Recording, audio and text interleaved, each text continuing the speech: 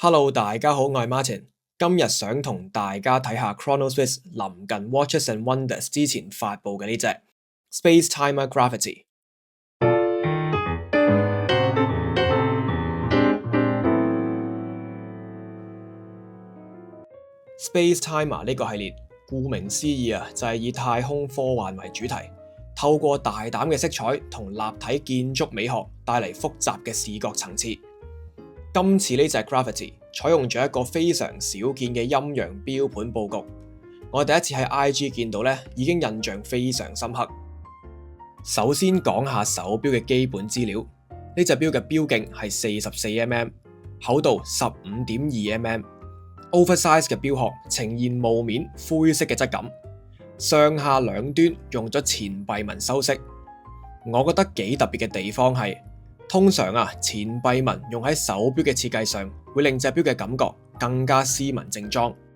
但係放喺呢隻 Space Timer 上面就變咗工業風，再加埋個洋蔥頭巴的，令隻錶更加粗獷同霸氣。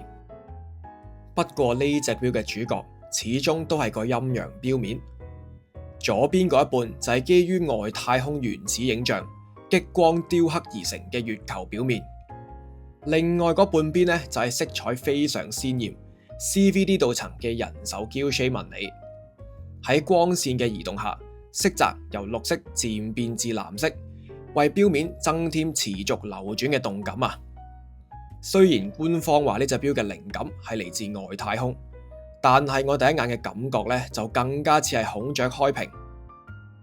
除此之外，成個錶面有超過60個部件，絕對唔係講玩嘅。鏤空嘅輪繫橋板經過多重修飾，邊緣做咗鍍鉻拋光，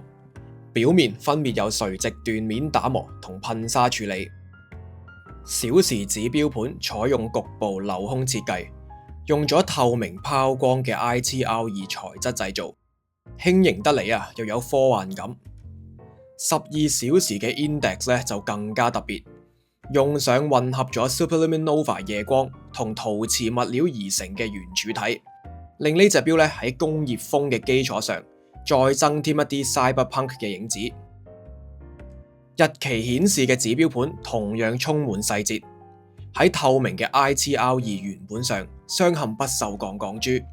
視覺效果就好似星體懸浮喺外太空嘅背景一樣。至於呢隻錶嘅 Moon Face， 我會話係非常有詩意。鈦金屬打造嘅半球形月相盤，經過熱處理着色之後，再加上 Superluminova 夜光塗層，熄燈之後就會見到月亮同星星喺黑暗中發光。呢隻錶如果俾我命名嘅話呢，我會更傾向叫佢做 Space Timer 中秋節特別版。最後當然要講埋個機芯。呢隻錶用咗 Chronoswiss 嘅 C308 機芯，個 base 其實係 ETA 嘅2895，再加上 regulator 模組 ，power reserve 就大概係42個鐘。鏤空擺陀鍍上咗同錶面 Guilloche pattern 同樣嘅色調，而機芯夾板就分別做咗啲魚鱗紋同埋珍珠紋嘅打磨。不過以呢個價位嚟講，機芯零件嘅打磨絕對可以做得再仔細一啲。雖然 Chronoswiss 大部分嘅錶都偏大隻，我唔係好帶到，但係我就非常欣賞佢哋大膽同獨特嘅設計風格。手錶品牌要塑造自己嘅 DNA 的確唔容易。